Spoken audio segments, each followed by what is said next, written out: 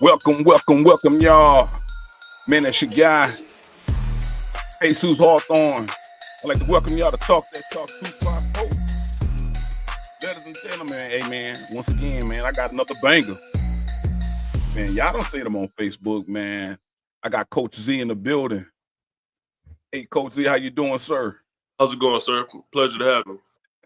Hey, man, it's an honor and a privilege for you to take some time out of your busy schedule to sit down and talk that talk, man, and get the people what you want, man. Uh, Now, everybody knows you by Coach Z, but what is your real name? My government name is Alejandro Ziegler, Uh, Senior. okay, awesome. So at this time, man, we want to give a big shout out, man. We want you to go ahead and introduce who your parents are, siblings if you have any, and exactly where is it that y'all from? Okay. So I got my parents are Andre and Teresa Ziegler.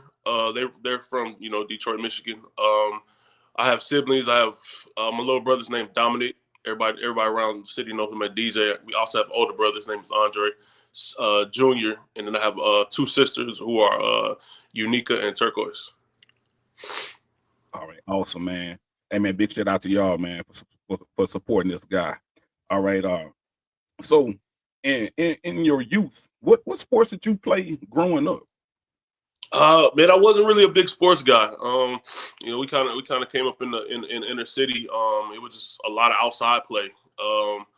I know just growing up with guys like Jerome Bettis. He went to school with my cousins. What's back there? What's my guy? You're gonna blank me for forgetting his name right quick. Desmond Howard, Heisman Trophy winner. Wow. That guy. So just as a kid, man, we kind of come up watching these guys race cars down the street. My older cousin, Maurice Ferguson, he ended up going to Tuskegee University on a football scholarship. So just my family background is athletics, but me personally, I didn't really start playing sports until I was in the ninth grade. Okay. Well, at that time, which coach would you say had the most significant impact on you? Actually, the one that's at Copper Cove High School right now, the one that just came back, Coach Rodney Southern. Like this man was so influential in my upbringing as far as sports and going to the next level. Um, that it was just I have nothing but great respect for him, and I'm so privileged that he's here now, to coach my son in the next generation. Man, that's awesome. Now, I remember from our previous conversation, you said, man, your family has a strong basketball background. Could you elaborate on that? Yes, sir. So my great uncle is Vertus Ziegler. Everyone knows him as Cookie. And he was a part of the original Globetrotters. And then my cousin, I guess he's my second cousin, is Ernie Ziegler. He's the head coach of the Nebraska basketball team. His son, Trey, he's a basketball coach at, I want to say he's at Creighton. And then my cousin, his name is Bo Ziegler. He played for the Washington Bullets. He played for University of South Florida, and now he's a basketball coach at Marquette. Man, that's big. Now, what's kind of different is that you explaining this basketball background, but somehow how did you get in football? Oh man, I was, like I say, when I was younger, I was just a kid that kind of coming from the inner city and mother was military, so she joined the military when we was probably in our pivotal years, and coming up in Detroit, man, it's kind of rough back then. So she joined the military, took us from I think we went to Korea, we went to Georgia, we went to Kansas. We kind of traveled a little bit, and we landed here, like right around my ninth grade year, and then I kind of got asked a choice, like you're kind of getting into some things. You can either play football or you can go, this other route. So I chose to play football, and I really didn't understand how talented I was, because I was more of I'd rather do other things. So freshman year, I was on the B team. My sophomore year, I was on the B team, on the JV B team. My junior year, I was on JV, and then I was still making, like, I probably set some, if they got records, I'm pretty sure I set some sack records on those teams. But it's just because I wasn't supposed to be on those teams, but I was lazy. And then my summer before my senior year, Coach Southern pretty much was like, hey, you either play or get off the team. Not in those words, it was a little bit harsher, but I was and something just kind of clicked, and I ended up just playing with an amazing group of guys. I mean, on that team, out of 22 starters, 19 of us went to college, and out of 19 starters, like 11 of them played Division One. On that team, we had guys like T.J. Hollowell. I can't even name them all. But ones that stand out are like T.J. Hollowell, Vontaze Duff, Gary Wright, Guillermo Morrison, Howard Hodges, Charles Peanut Tillman. He ended up playing for the Bears. Yeah, so just that competitive nature made my nature, come up, and we ended up taking the school to the playoffs for the first time in 63 years. Copper's Cove. Awesome. Yeah. Oh, my bad. I mean, cut you off. My bad. Yeah, Copper's Cove, man. We dogs over here. Yeah. Once again, man, he talking about the Copper's Cove Bulldogs, man. When they getting it back together, but he talking about definitely during that time period where they was kicking butt, taking names, man. That was big. Now, Yeah.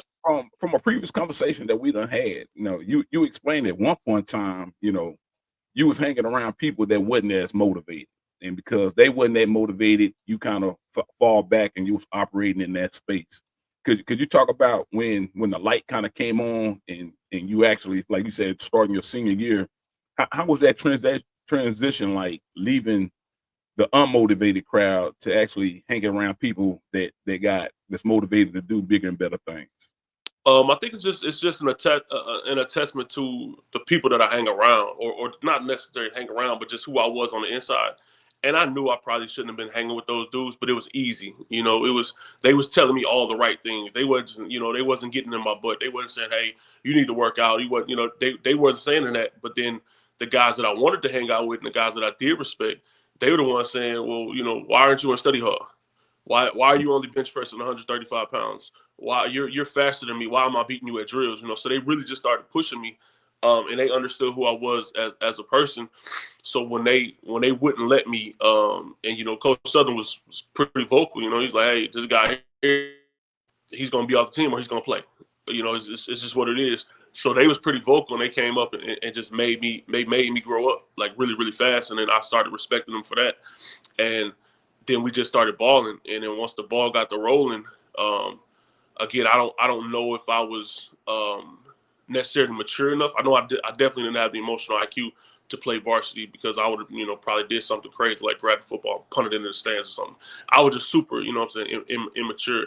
And that's one thing I try to navigate these young guys through is to understand, when you playing that, I guess they call it V now, when you're playing that varsity, man, you have to have a certain IQ. You have to have the certain mentality and emotional intelligence to understand what this is. Like, this isn't Pop Warner anymore. This isn't backyard football. It's like it's people paying, people working all week to save their money to come watch this football game. So you're here to provide them a service. Man, that's big, and that's the absolute truth, man. People need to hear that. That's what we're kind of mentioning. Now, Right. So I remember you was telling me the most significant point in your high school career. You said like your last football game. Could you talk about that? Yeah, so I was balling, man, and I knew I was balling, but like I say, I gotta give, man, a lot of kudos to Coach Southern, man, because he just saw he saw a future.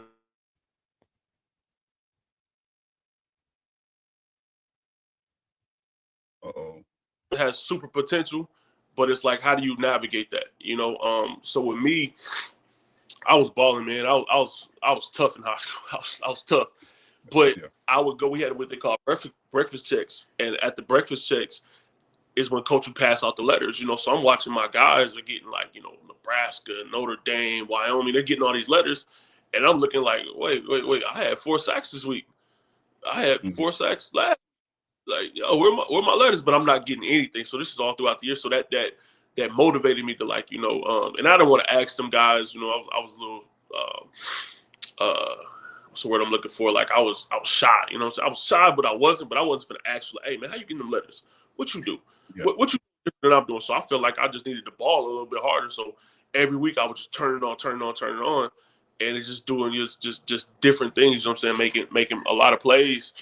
And after the last game, like I was sitting, we played a team who had a guy named Cedric Benson on there. Shout out to Cedric, man. Cedric was an amazing athlete in high school. But they beat us, and at that time, our team, man, we played at Cowboy Stadium, which was amazing. We played at TCU, which was amazing. Just that whole playoff run, and I try to just educate these young kids, man. Playoffs is different, District is different, playoffs is different. Like it's just the environment is different, mentality is different, everything is different. So we ended up making it all the way to like the third round, and I was sitting on the field, and I was almost in tears, and everybody's going about their business. And I think I was the last, I want to say I was the very last one out there. And the coach comes up to me and he's like, what are you doing? He's like, go get dressed. I was like, man, I'm soaking it in one more time, coach. It's the last time I ever put on football pads. And he starts kind of laughing. He was like, are you serious? And I was like, yeah, like this is it for me. And he was like, come to my office Monday morning. So I come to his office Monday morning, and he just gives me like these crates of letters from coaches that's been coming every single week. And I was like, well, why you didn't give me this, throughout the season when everybody was getting letters? And he was like, oh, you froze up again. So, I just kind of kept him, and I know you had a future in this sport, so I kept him, and here you go. And he was like, the good thing is, you're going to play at the next level, but you're not going to go to any of these schools. And I was kind of, again, I'm green, so I'm not understanding what he's saying, what he's talking about. He's like, you don't have the grades. He's like, you're gonna go to a junior college. So I ended up visiting like several junior colleges, and again, Coach Southern, man, that's my guy. And what's amazing about that is I've had so much admiration for this man for the last, I don't know, man, 30-something years, and I haven't seen him until I saw he got hired here. So it was just like, when I walked up to him, I was like, man, I got so much thanking to do for you. Like you literally transitioned me or transformed me into a guy I am today, and I'm able to teach these young athletes things that I wouldn't have been able to do had you not have sent me, to Kilgore. And I learned later on, he sent me to Kilgore to play for another one of his buddies, which is Jim Reeves. And those two guys within themselves, they had just met me, but they kind of knew, like, okay, this kid here, he's kind of a live wire kid, but he's got something underneath that helmet. You know what I'm saying? So we got to figure out how we're gonna navigate that. So he ended up sending me to Kilgore College, and I got to Kilgore College, and that within itself just kind of transitioned me even more, because like JUCO, I was talking to my brother about it, last night. Like JUCO, a lot of people say JUCO is dog eat dog, and I'm like, nah, JUCO's like sharks, because a shark. The first one, when a shark is created or whatever, what's the first one born starts to eat the other ones, and so I think it's only one shark that's born. It's because it ate all of his brothers and sisters. So that's exactly how junior college is. Like I know.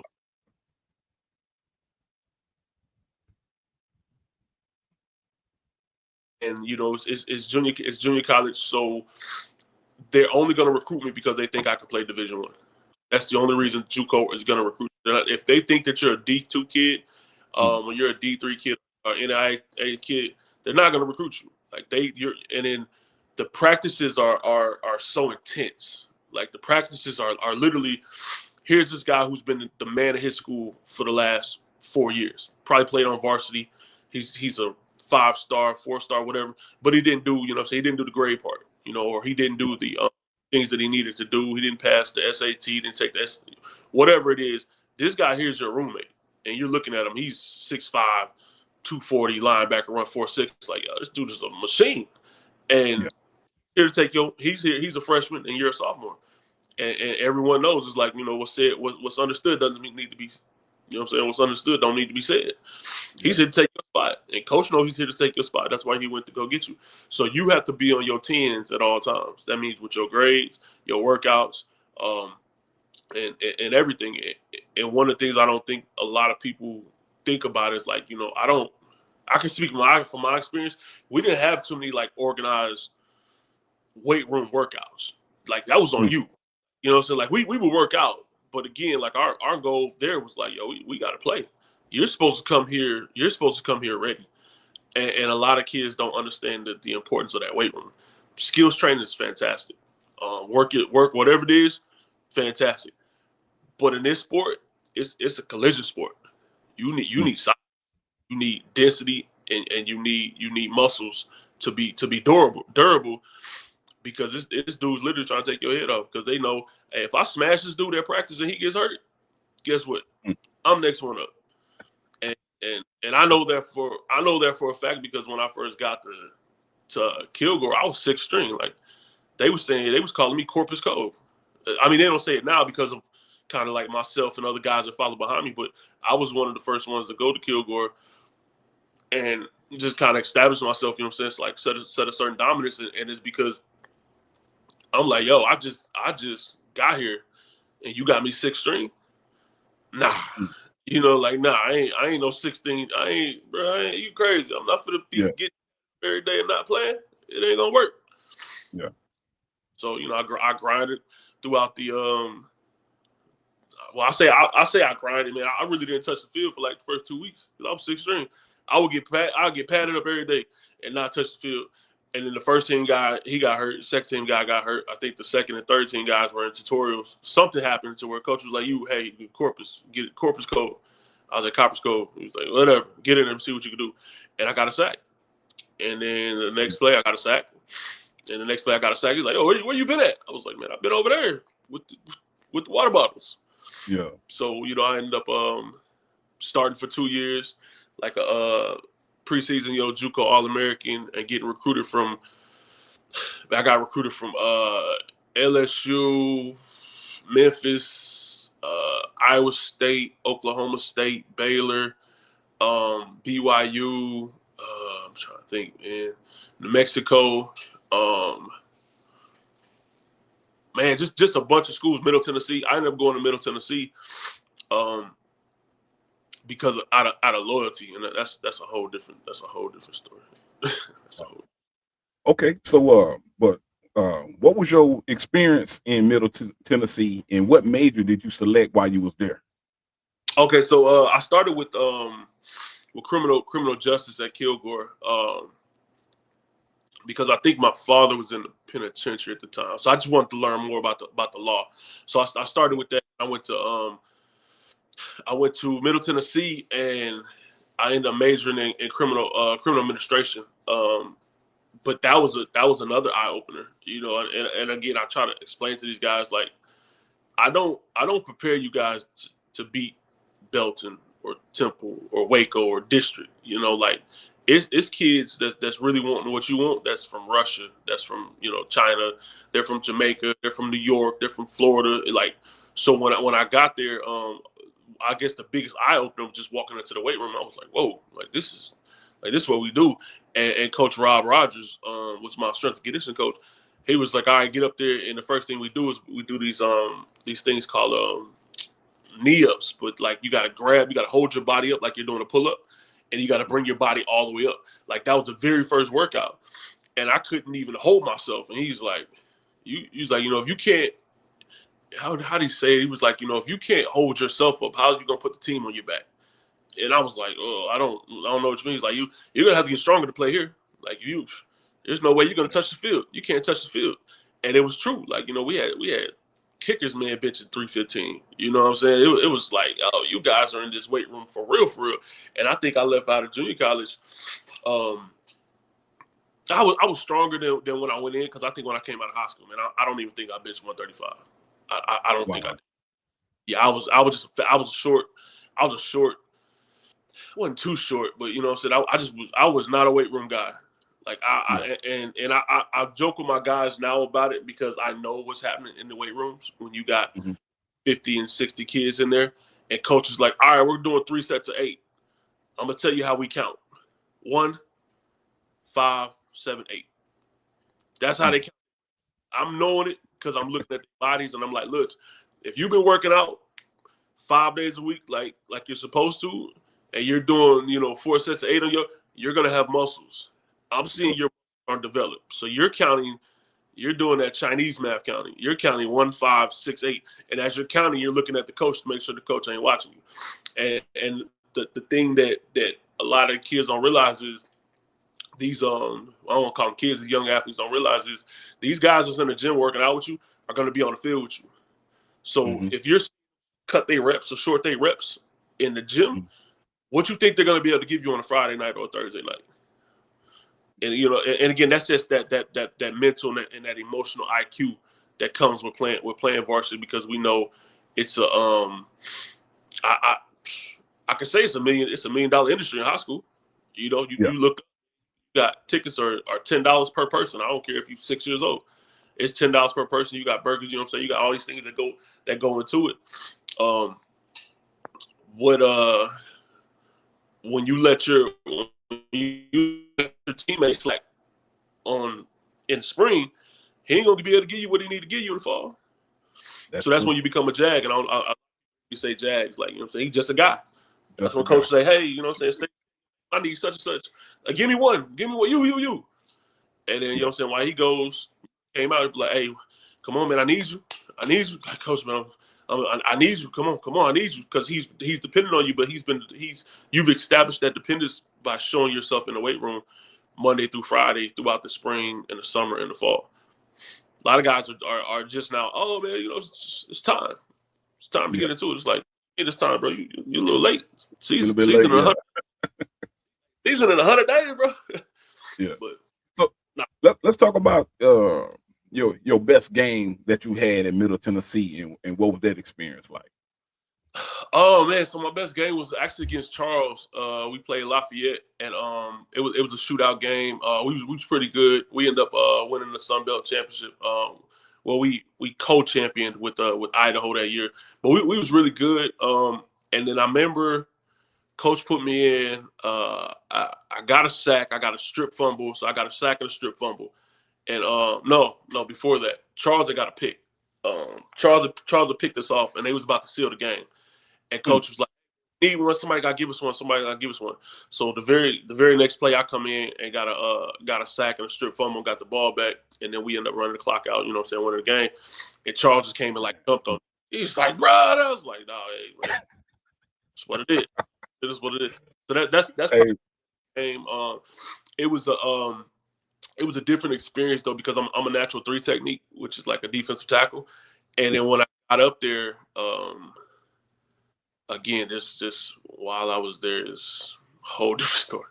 But so my defensive line coach was there from high school. He was at Middle Tennessee. So again, just me not knowing and me thinking, you know, just not being mature enough, I ended up choosing Middle Tennessee over all these other schools because my defensive line coach from high school was there. So they end up, you know, switched me from a defensive. We didn't have a lot of defensive tackles, and the ones that we did have, you know, Thomas Johnson. He ended up playing for the Cowboys and for the Falcons. He was, you know what I'm saying, he's pretty good. Myself and a guy named Jerry Vanderpool. Jerry just passed away, I think, on Tuesday though, man. So his family. But we was the only 3 DTs that they had, and we had a bunch of tall defensive ends. So we ended up going to a 3-4 defense, and it was new for me because at the time I'm 200 and I'm like 280, 282, you know, playing the nose, and you and Eric Metcalf, you know what I'm saying, played for the Giants against you know, Eli Manning. Like the center's 320, the 2 guards are 330, and the welcome to the D1 footballs when they picked me up in the air and it was just holding me, my feet swinging. Like, are you serious right now? And Eric laughing. He's like, come on, lightweight. I was like, man, he's like, you got to, hey man, you know what I'm saying? You gotta just get your weight up. I was like, man, put me down, bro. And they just threw me on the ground. Yeah, you gotta and then the second one was when I went to when we played at LSU and we played Death Valley. And all week, you know, we had this noise going through the intercom. And all week you couldn't hear nothing. He was like, man. I said, yo, why are y'all doing that? He was like, bro, we gotta get ready for Death Valley. I said, what you mean? He's like, bro, you ain't gonna be hearing nothing. I was like, whatever, dog. Like, man, I play football, man. You can hear. He's like, You ain't gonna be able to hear. So we got there, like sign, sign language. They got signs. You got to hold up. You know what I'm saying? Like, what's he doing to you? Oh yeah, he's whooping my. You know what I'm saying? But you know what I'm saying, just playing against those guys, you know what I'm saying, the SEC guys, man, they're big, they're fast, they're strong, they're physical, they're aggressive. And one of the things that I really push now to my athletes is violence. They play with violence, super violence. So we're there, and I'm just standing in the middle of the field, and the field's vibrating. That's how loud it is. It's just gyrating, like, and the ref comes up. He's like, "Gonna be all right?" I was like, "Yeah, I'm gonna be all right." He's like, "All right, listen, if they brought you here, that means that you can play here. You know what I'm saying? You're gonna be fine." And this is cool. This is crazy. So loud, like it was so loud that I can't really explain it, and that's why I tell people, like, you can't really, you only know what you don't know what you don't know. So like, to be there, like, only you could feel that and understand that. And I love talking to old former D1 guys who played like at Tennessee or played, those type of places, because we like, hey, that gyration, like, bro, like, you can't, like, you're trying to read. That's how you learn how to read lips. You're looking at guys' lips, like, was he? Well, yeah. No, the tackle was. Let me see this. That's how, you're on the sideline. You know what I'm saying? And I don't know if but you're writing stuff down on the board, and that's how you communicate at D1. Man, that's dope. That's a dope story, man. So I see that you played 9 years in the AFL. How did that opportunity come about? Man, so I ended up leaving Middle Tennessee.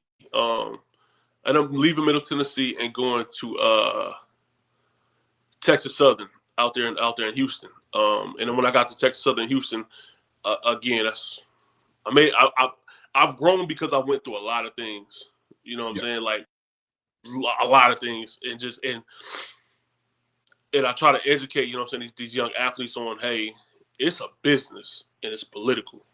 This is what y'all need y'all to understand. You know what I'm saying? You're not gonna always have somebody there that's gonna tell you the best advice for you. So you gotta find your circle, you gotta find your team that's really gonna look out for you, because I went through a lot of stuff, and I'm appreciative that I went through it, because now I can educate it and I can talk on it, and I can attempt, you know what I'm saying, to prepare them for it. But I ended up meeting what is his name? Mark Ingram Sr. Mark Ingram's dad was a running backs coach at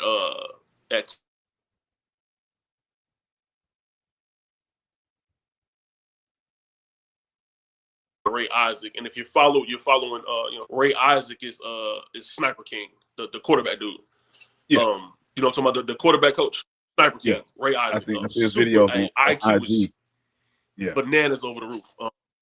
So I ended up, linking up with him and going to a team in Myrtle Beach, South Carolina, and meeting Ray Isaac, meeting just a lot of dudes. You know what I'm saying? I was like 2 dudes to play for the Cowboys, for the NFL Cowboys. So it's just like all these ex-NFL dudes playing for this arena team. And I was like, well, I don't even know what arena is. Like, what you mean? So, end up going there, man, just learning more and more about it. They also have a guy that I met. I played at in Myrtle Beach, and then I went to Miami, and I was in Miami for 2 years, and I was playing with another one of my brothers. He's got a podcast now and a business. What is his called? He calls everybody Big Dog. He's got the new thing with the numbers on it. The dog trainer. I don't know if you've seen that. Yeah, I've seen that. He's a D-line coach. Yeah, I know exactly what you're talking about. Bro, hey, Arpez,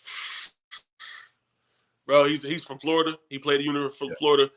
Technical dude. Like, we was the device that he has now, he was teaching us way back in the early 2000s. He was like, yeah, man, so you want to hit points. And he was always talking about points, you know what I'm saying? Like, you got the 1, 2. And I've linked up with him, you know what I'm saying? I told him, like, hey, man, you was thinking about this dream years ago. He's like, man, if you ain't got no dream, you ain't got nothing. So I was like, bet, you know what I'm saying? So shout out to him, man. I appreciate him doing what he's doing. And these are just the guys that I met throughout my journey playing arena, that, we're all searching, for that NFL. You're trying to get the NFL.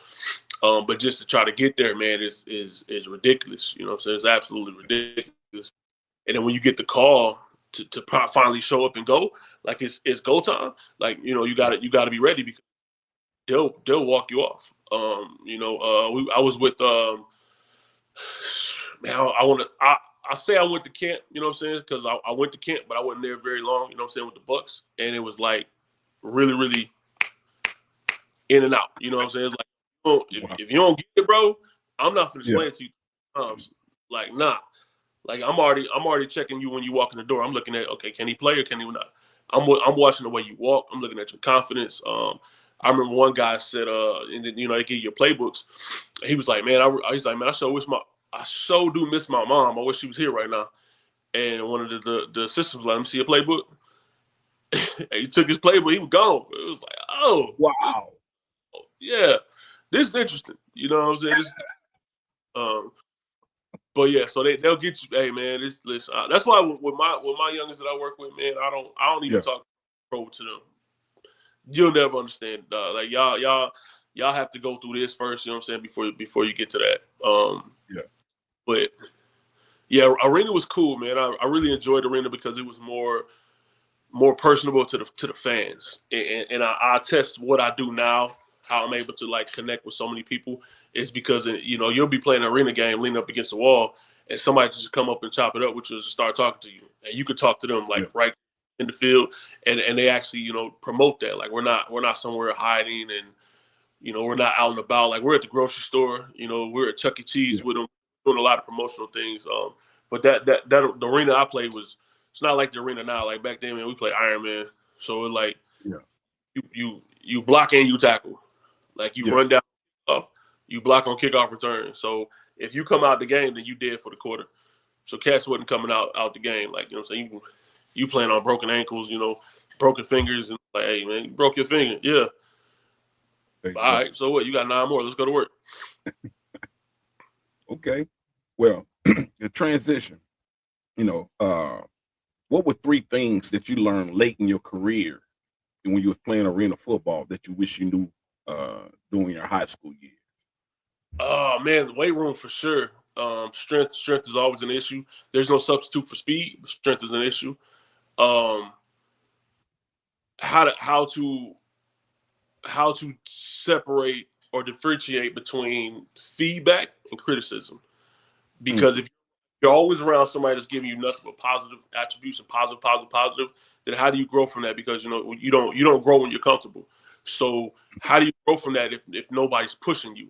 So a lot of times we like to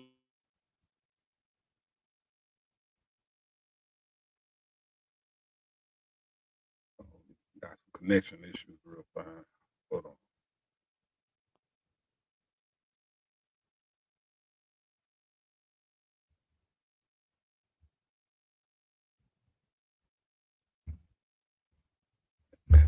Hey, we got some connection issues right now. About to wait till he come back in. Hey, you there? Hold on.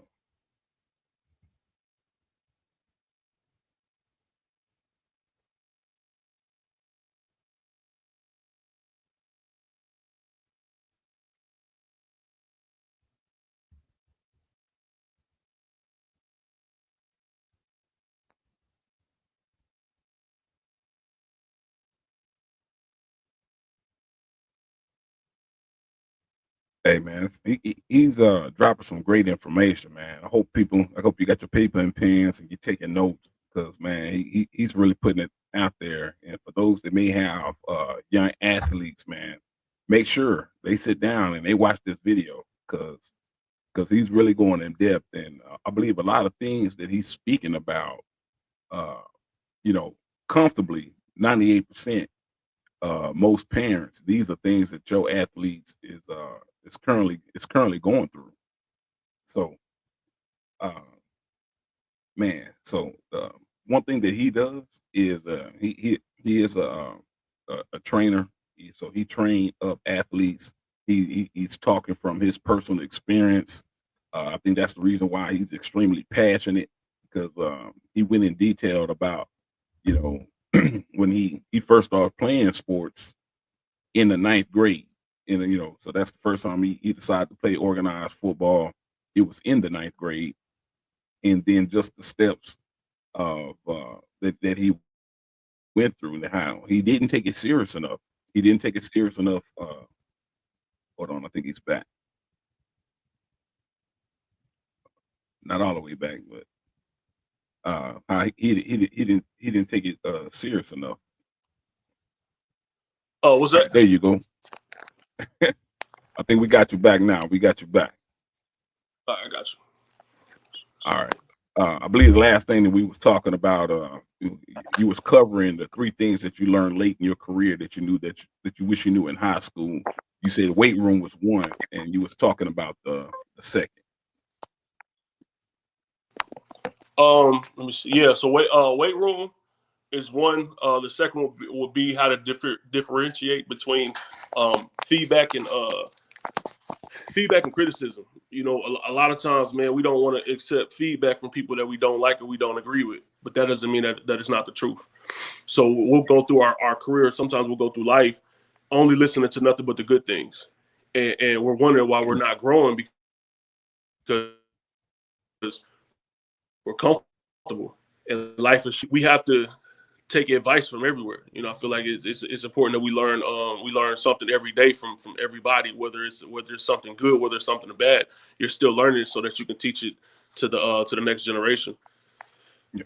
And then the third thing, I think it pretty much goes without saying, it's just preparation. Like one of the things that really kind of, I don't speak on a lot, man, but I tell my guys all the time, the difference between exposure and being exposed is your preparation. And a lot of times they think, oh, all I gotta do is just show up and I'm gonna get exposure. Like, yeah, but you gotta understand, you just got off the couch, come over here, run this 40. This kid has been practicing running this 40 for the last 3-4 weeks. He's been practicing for the last 3-4 months. So you think because you show up and you got yellow cleats on or you got yellow pants or highlighted gloves, yeah, I'm gonna look at you because you got it on, then I'm gonna pay attention to you. And I'm gonna be like, all right, whatever. It is what it is. And a lot of kids don't understand that preparation for it. I think I posted a video the other day where, and we see it all the time. It just comes back to, like, you don't know what you don't know. So you'll spend $150 for some shoes. You'll spend $40 for some gloves. You won't spend nothing for no type of training, how to run a 40, how to bench press, none of that. You won't spend no money in that, invest no money in that, and then be mad that you didn't get offered. And they not understanding, like, as soon as you walk up, like these coaches is looking at you. They're looking at your body because they're saying, hey, if you can sacrifice and you could dedicate yourself to the gym on your body with your nutrition and your attrition, then I might give you $400,000, and that $400,000 is a scholarship. Yeah, I'm not gonna just give it to you. I ain't gonna just, oh, this is my buddy. No. Yeah. I remember last year, me and my son got invited to the Texas A&M game, and while we sitting there, I'm just an analytical dude, so I just looked up the tickets. I was like, man, let me see how much these tickets cost. $600, and we in both of them. So this $1,200 tickets, they ain't just give us this, and it just you're looking at it. It's a business, and kids do not understand that. They think that it's, oh, I just got to do this. That's all I got to do. It's like, bro, they're not. And even with the NFL, and I jokingly tell people this, is like, they don't pay you, or pro level, NFL, NBA, whatever, right? They're not paying you to play your sport. They're paying you to do nothing else. Like, there's nothing else. That's what I'm paying you to do. More important than football. Yeah. Well, like, I'm not paying you to throw this football. I'm paying you to do nothing else. I mean, I'm gonna say I care what you got going on, but at the end of the day, like, people hear, oh, he got waived. Yeah, that's just a nice word for cut. It's cut. And it's well, I think I saw the thing on Brett Favre last night where they say, many are called, but only a few are chosen. And that's what it is. Like, everybody's chasing this one dream, but at the end of the day, only 11 can play at a time. What are you doing to put yourself in position to be that guy or that girl, what are you doing? Yeah. Hey, you bringing up a valid point. But we're gonna go ahead and transition. I read that you founded the Bell County Raiders in the Texas Football League. How did that come about? Right. Man, that came about again, like anytime you do something for so long and all of a sudden you don't do it, like mental health is real. You know what I'm saying? Yeah. Depression is real. Depression is one of those things. A lot of people, certain coaches don't talk about. Oh, I'm gonna talk about that. It is what it is. Like, nah, talk about it. So that way you can help the next generation. So with it, man, it kind of slides over you. Like it doesn't just hit you. Work up. Oh man, you don't know what you're doing until somebody calls you out on it. Be like, hey man, you know what I'm saying? Like look at yourself. So with that, man, I was going through a depression phase and I didn't know it because I'm still like, working out, like I'm finna go play. I'm doing these different things and I was playing skee ball at Chuck E. Cheese with my son and I ran into this guy who owned another semi-pro team. And he was like, hey man, you still in town? He was like, man, what you got going on? I was like, man, nothing. I don't know. It's like, man, I might go play. I might not. I don't really know.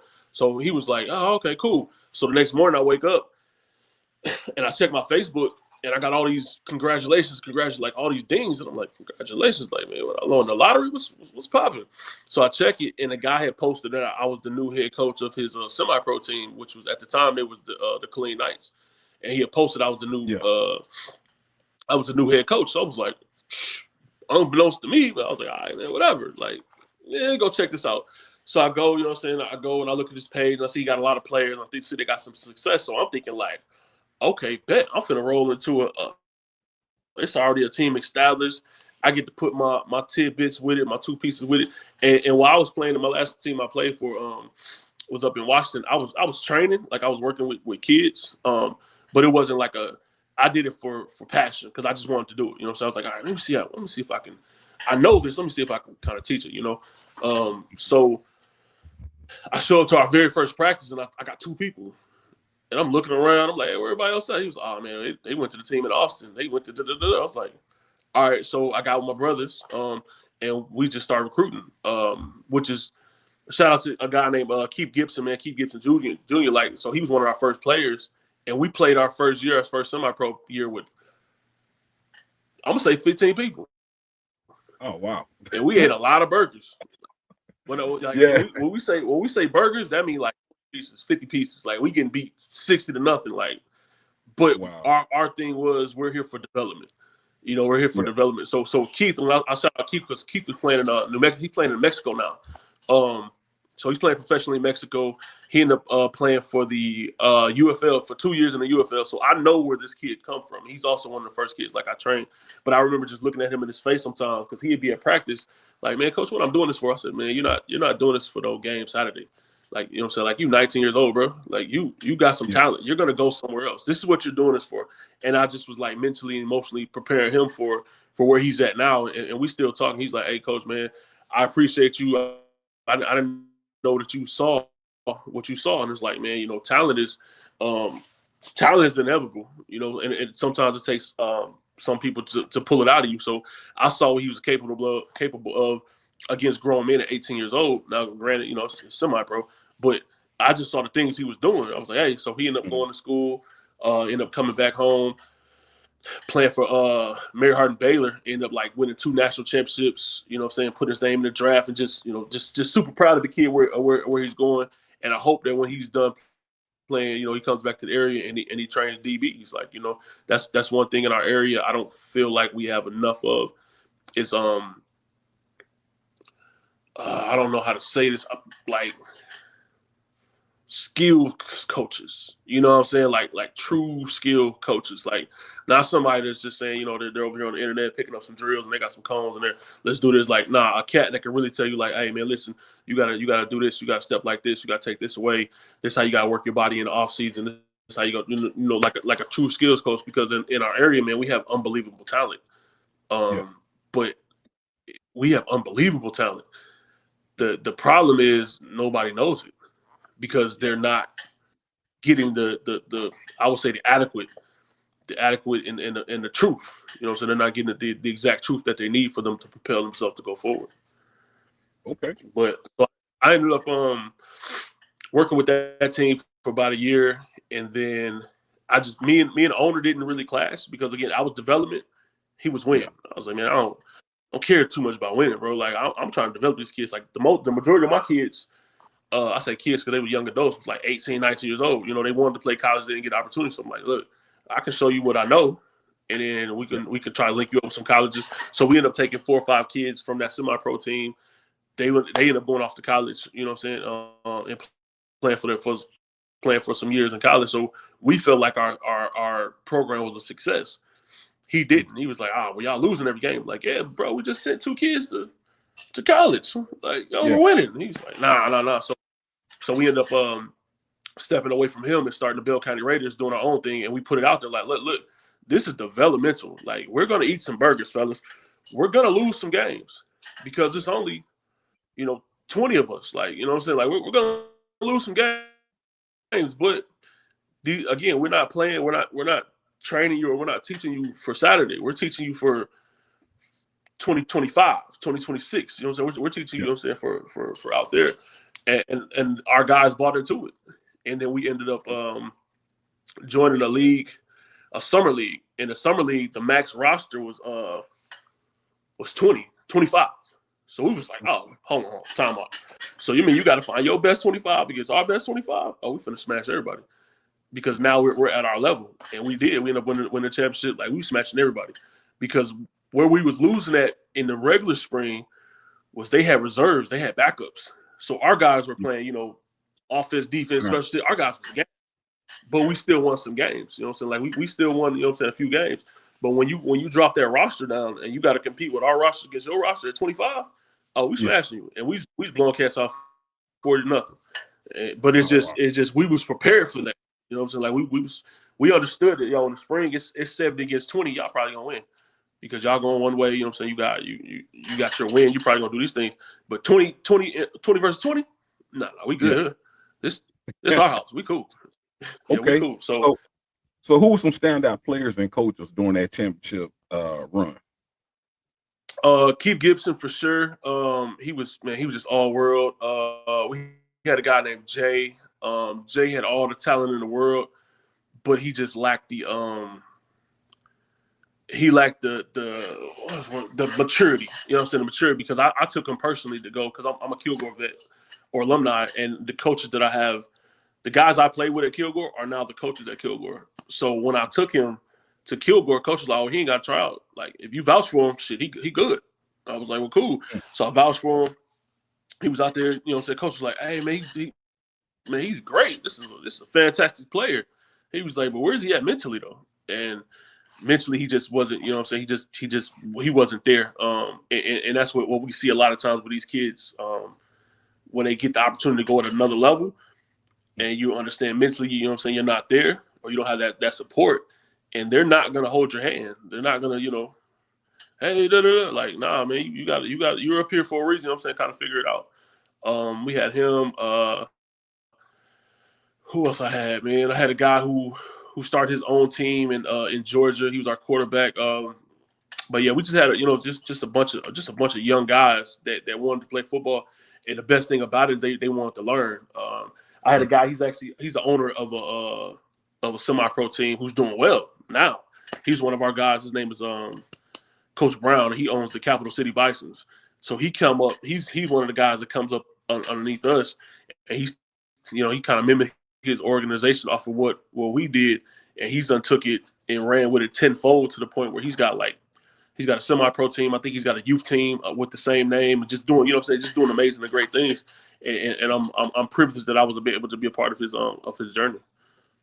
Man, that's awesome. Now, in regard of athletic ability, how would you compare the guys that was in that Texas Football League versus the guys that was in the AFL? How big of a difference were there?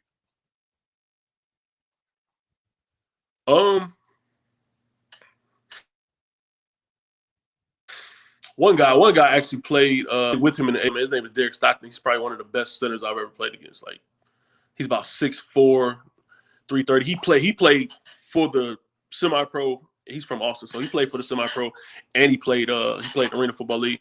A guy that could have easily went to NFL. Easy NFL guy. Just NFL ain't for everybody. He rather start a family.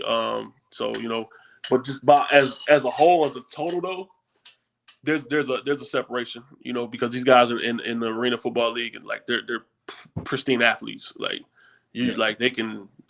You can get a defensive lineman from the Arena League and come play quarterback in semi-pro and kill it. So it's just different level. It's a different athlete, but they come from like the way it kind of works is you got 1 million athletes. It's only I think 1,800 jobs in the NFL, and then if you go to the CFL, it's even worse because I think they limit how many Americans they can have on their roster. So again, it just comes down to your preparation. And who because at the upper echelon level, if you have a workout at 10:30 and I have a workout at 11 and you do great at 10:30, they're gonna call me at 11 and say, "Hey, we're good." That's how that's how cutthroat it is. Like that's look, I need the best available. And some people say, "Oh, they want the best." Look, I need the best available. Like what I'm saying, you need the best available. So, it's just a difference, man. But it's all about developing. It's all about helping people as much as you can to try to achieve their dreams and their passions. Man, that's awesome. So in 2018, you founded All Gas, No Brakes, where you work with the bigs. How did that come about? Man, so again, it's just meeting people. You know what I'm saying? Meeting people, man, networking and opportunities. So while I was with my semi-pro team, they had a guy that founded the Harker Heights Junior Knights. His name was Kenneth Blake. So he founded his team. He asked our team to come throw a camp with his team. So while we're throwing the camp, we're talking. He don't really know me from anywhere, but I mean, when you get around me, you know that I kind of know football. So so we got talking about some football, different things, and he was saying that he had I was telling him, like I work on the side, like I was trying to get into my training, so I was trying to teach like speed, because that's one thing I know. Like what I was doing in Washington, I was teaching kids how to get fast. I was teaching, oversized kids or just lack of ability kids, mechanics, how to get fast. So I noticed here everybody was kind of teaching it. So just to backtrack, what happened with Mr. Blake was he had a son, Dylan, right? So, but then he had a next door neighbor, and she was a girl, and so he contacted the girl. Parents was like, hey, like she plays soccer. Shout out to A Train. I call her A Train, man. Her name is Alyssa Cruz, though. But Alyssa struggled with speed, man. Like she struggled with speed. So when I first saw it, I was like, oh, this is gonna be a challenge. So we would work. We would work 3 days a week. And then one day, and the boys would be out there, on their bikes in the neighborhood and watching us work. And one day they challenged her. It was like, I want to challenge you to a race. And she was like, I was like, nah, go race him. And she beat him. You know what I'm saying? And she beat him. And they was like, nah, what you mean? Like, she's been slow forever. It was like, yeah, nah. She got me now, right? So then once people start seeing in the neighborhood, start seeing her, is when like I ended up getting Dylan. And when I started getting Dylan, I started working with his speed. And his second year when he came out, coaches, the players, teammates are like, yo, where you get this speed from? Like, where you get this power from? So all these different things. So I started working with like speed, and then I started seeing in our area, everybody does speed. And then I got to, just thinking like, oh, well, what about these big kids? Well, nobody working with none of these big kids. All right, well, cool. I know I can do that. So, I started, I put out there, man, and I really reached out to, just different coaches like, hey, I can't work with all of them. I'll teach you what I know. And they was like, nah, I ain't trying to hear what you, All right, well, whatever. I'm just going to do it over here then. So then I ended up just turning it into, kind of what it is now, just through trials and tribulations and just teaching them. And I've been blessed, with the parents that giving me a chance to work with them. And I say it all the time, like, so the kids working with me, man, we 2-3 years ahead of y'all because we doing stuff that y'all ain't even doing yet. Like we doing stuff y'all ain't even doing yet, man. I mean, I have 8th graders benching 300 pounds. We jumping up on, we jumping on boxes, like we, our mobility, everything it is, but it's the accumulation of everything I went through, and now I'm giving it to them. Like I have a bag of tricks, a bag of goodies, and I just open it up, it's like, hey, this is what you need. You need your, we don't say diet, like we say nutrition. Like, hey, you need to fix this nutrition. You need to get on your push-ups. You need to do this, because it's like, how are you going to dominate a game? You can't do a push-up. Yeah. How you going to, let's just be honest. So one of the first ones I got was, one of the first kids that came to me was Jaden Chapman and Evan Chapman. Shout out to both of them. Like, both of them boys just went D1. Jaden, man, that's my dude. I remember vividly, I used to go to his house and we used to work out in the garage. And Big Chapman used to call me because he was overseas at the time. And his mom, Miss Janine, would be like, all right, Coach Z, we're going to trust you. I was like, man, I appreciate you trusting me, but I'm telling you. And I told her this when he was in 8th grade. I said, but I'm telling you. And she was like, well, what's that? I said, man, don't worry about it. He's going to get there. And this kid's going to go big-time football, and he's going to be in Dave Campbell magazine. That's what I told him when he was in 8th grade. So, she would call me and say, okay, well, we got this going. So we just worked. And then he ended up, his senior year, he ended up going to, he ended up been picking Texas. So he's at Texas right now. Wow. Played as a true freshman in a national championship game. Like, I was ecstatic. You know what I'm saying? I was but I knew it, you know what I'm saying? Because I have so much confidence in what I know and what I do. And again, it's because I've been to where a lot of you guys are trying to go. So I'm literally just giving it to you. I'm like, hey, there's no secret sauce. The secret sauce is the work. The secret sauce is the sacrifice. The secret sauce is the dedication. If you could tell yourself, hey, yeah, I'm still going to go to the movies, but I got to get my workout in first. Hey, I got a girlfriend, or I've worked with female athletes too. I got a boyfriend. I got to do different things. I got to get my work in first. Man, you're going to be the one to make it, because when you play on Saturday night in front of 40,000 people, 80,000 people, you still got a midterm due at 12. It still do. Yeah. Like, some of them teachers don't care. You still got to, you still got to take care of that.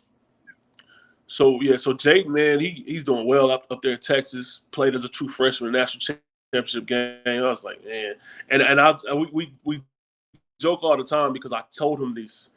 I told him this before it happened, and he was like, "Coach, man, how'd you know?" I was like, "Bro, I don't know. I just kind of know things." And I always say it's a joke. I say, man, some people like it, some people don't. But I say, I'm not always right, but I'm never wrong. Because I'm gonna work. I'm gonna work hard to make sure that I'm not wrong. You know what I mean? I'm always gonna work for that. So I got I guess the final question, because you already ran. What's that? I apologize. I said I guess for my final question, because you already done ran through you elaborated, already answered a lot of questions I was about to ask you. Gotcha. So right now, if an O-line or a D-line position became available for a local high school or a college that's in the area, would that be something that you'd be interested in? Man, I would say no for right now, because my son only a junior. He's about to be a junior. And again, I'm here for him.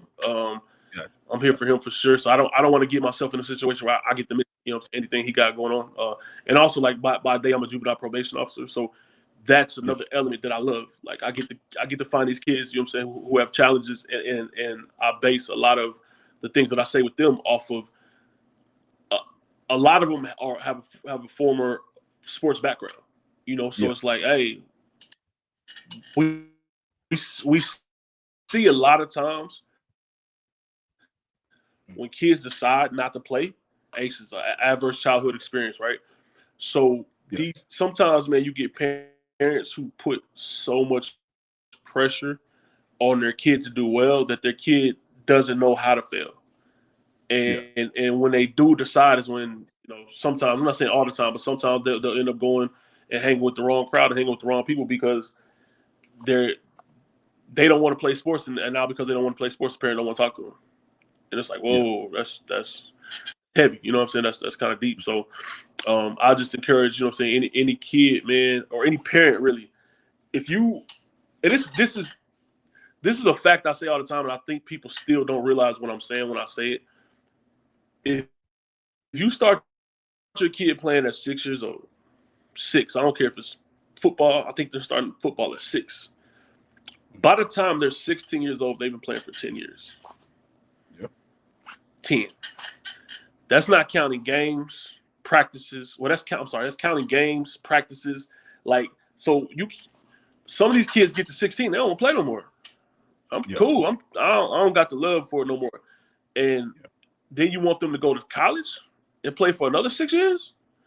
These kids is like, nah, I'd rather do something else, you know. So I always encourage, you know what I'm saying, the parent, man, to listen to the kid and talk to them, and try to, you know, just separate their goals from their kids' goals, you know, and be a supportive parent whether they want to or not.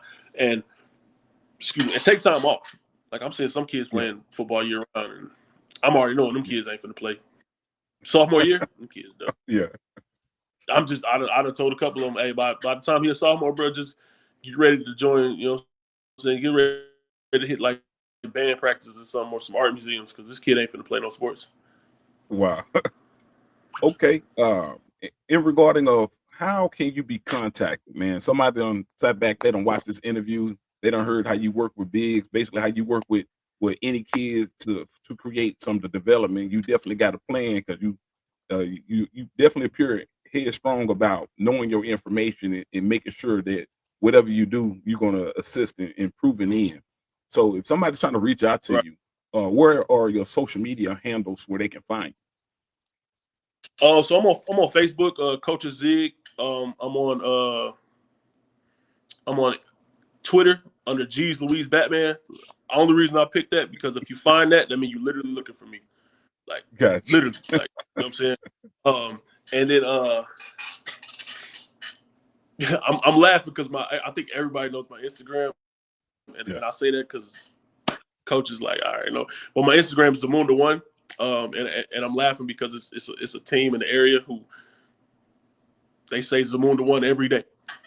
The coaches say Zamunda1 every day. You know what I'm saying? So Wow. shout out to everybody, man. That's you know what I'm saying, trying to look out for me and try to get some work, man. I try to put a lot of stuff on my platform. A lot of stuff I don't put because, you know, we do a lot of work. We do a lot of good work. Yeah. And then when I do put it out there, man, I just want to showcase the work that these kids are putting, these kids that are what they're doing. But again, I try to help the ones. I got followers from Germany, South Africa, Saudi Arabia. You know, they hit me up, and we work together, you know what I'm saying, virtually. I'll send them some different things, and we just, you know, get work, and just watching it. And it's amazing to me because, like I said, I don't play anymore, but I'm watching these kids play how I played. I'm watching these kids play how Ray Isaac played. I'm watching these kids play how, you know, how some of them thought that they had a ceiling. Like, they don't bust through that ceiling because these coaches are implementing your training. Yeah, these coaches, like, they put you in a frame, they put you in a box. Another kid his name is Bear Gomez. Bear, he worked with he was with the Chapman and the Plate, right? So I remember vividly after his spring ball freshman year, I said, what your coach say? This is one thing I always ask my athletes. Hey, I want you to get your feedback from the coaches. Like, go ask them where you stand on the depth chart, how you doing, what you like. Ask them questions. Don't come into the fall assuming nothing. Don't come into the assume nothing. Whatever he tells you, it's going to be up to you to decide if it's criticism or if it's feedback. Like, that's up to you, but you have to ask that question. So Bear asked his coach the question. The coach told him, like, well, you know, you might play on the JV B team or you might play on the JV A team. This is after his freshman year. So he came back and I was like, well, what you want to do? He's like, I really like to play varsity. I was like, well, let's go to work. And we went to work. And then he came back, and throughout the summer, like, you know, he started telling me, like, different things the coach was saying. Like, what have you been doing? Like, your footwork and your strength is this, and your footwork is this, and your IQ is this. This is before everybody knew about Zamunda. So he came out and played. He started 3 years on varsity. After that, you know, so he started 3 years on varsity. He made all district in 2 different positions, and now he's playing college football up in Indiana. So I tell, you know, a lot of my guys, they know Bear because they always saw me with Bear. So a lot of the younger guys are coming up And Bear was, you know what I'm saying, kind of that, you know, you had Chapman in front of Bear. So Chapman was teaching Bear. And then Bear's taught, you know, now Jerron, and Jerron's teaching Zeke. So it's just man, just an amazing environment that we got going on over here. And I'm super appreciative of the gyms, you know what I'm saying, that we work out at, because a lot of gyms don't want, you know, kids in there because they're like, oh man, they're going to be distraction, this. But, you know, we've established ourselves as professionals. You know, we conduct ourselves, man, in a mature manner. And they respect the kids I work with, man. They respect them because they're kids getting strong, and they're doing pull-ups, you know, and just watching them converse with the other adults, and the other adults are giving them their insights. It's just an amazing thing, and we're just continue to grow, you know what I'm saying, within the community, and giving these kids an opportunity to go get everything they're not supposed to have. Man, that's big, man. That's big. Hey, so what? Right now we will set it up, man. What is your last remarks that you would like to say to anybody that's currently watching this? Man, people gonna set limitations on you. It's up to you though. You know, people are gonna set limitations. They're gonna put you in a box. It's up to you to stay in that box. And my handle is, you know, what up world? That's what it is. I'm talking to everybody. What up world? And go get everything you're not supposed to have. They don't want you to have it, so go get it. They didn't say you couldn't get it. They did not say you could not have it. So go have your cake and eat it too. Man, that's awesome, man. Hey, man, that's our time for the day, man. We got Coach Z putting it down for the 254, man. I thank you for coming on Talk That Talk 254, and we definitely got to run this back, man. This was a great show. But for everybody out there, man, hope you got your paper and pen. You take some good notes, man, because he dropped some great information, man. Until the next time, man. Peace. All right, peace. Appreciate you. Take your coaching and training to the next level. My Athlete 360 invites coaches to create professional profiles that showcase their experience and talents to parents seeking their services and organizations all in one platform. Start by downloading My Athlete 360 and selecting Coach Trainer at sign up. Enter your email, create a secure password, and you're ready to build your professional profile. It's that simple to begin your digital journey. Next, add your name, a professional headshot, and contact information. This builds trust with parents and athletes searching for coaches. A polished profile is your first step to standing out in the coaching community. Highlight your coaching specializations and certifications. Add your coaching philosophy and experience details. Parents seek qualified coaches for their athletes' development, and your profile is your chance to shine. The app also features a link tree within the profile that coaches can use to put all of their social media and business website in one place. Remember, your expertise is your selling point. By showcasing your skills and experience, you attract the right athletes and parents who value your unique coaching approach. Set up your training packages, pricing, and availability. My Athlete 360 allows parents to book with trainers and coaches directly through the app, simplifying your business operations. This allows you to focus on developing athletes while the platform handles the rest. Your professional coaching profile is now live. Parents with athletes ready to train and develop can discover you, book your training and coaching services, and communicate directly through the platform. My Athlete 360 handles the business side, so you can focus on what you do best, developing great athletes. Download My Athlete 360 today and elevate your coaching business. Youth organizations with multiple coaches are also encouraged to create profiles. Parents are always actively looking for you. Use the link in the bio to get started. Questions about profile features? Drop them in the comments below. Let's revolutionize your coaching journey together.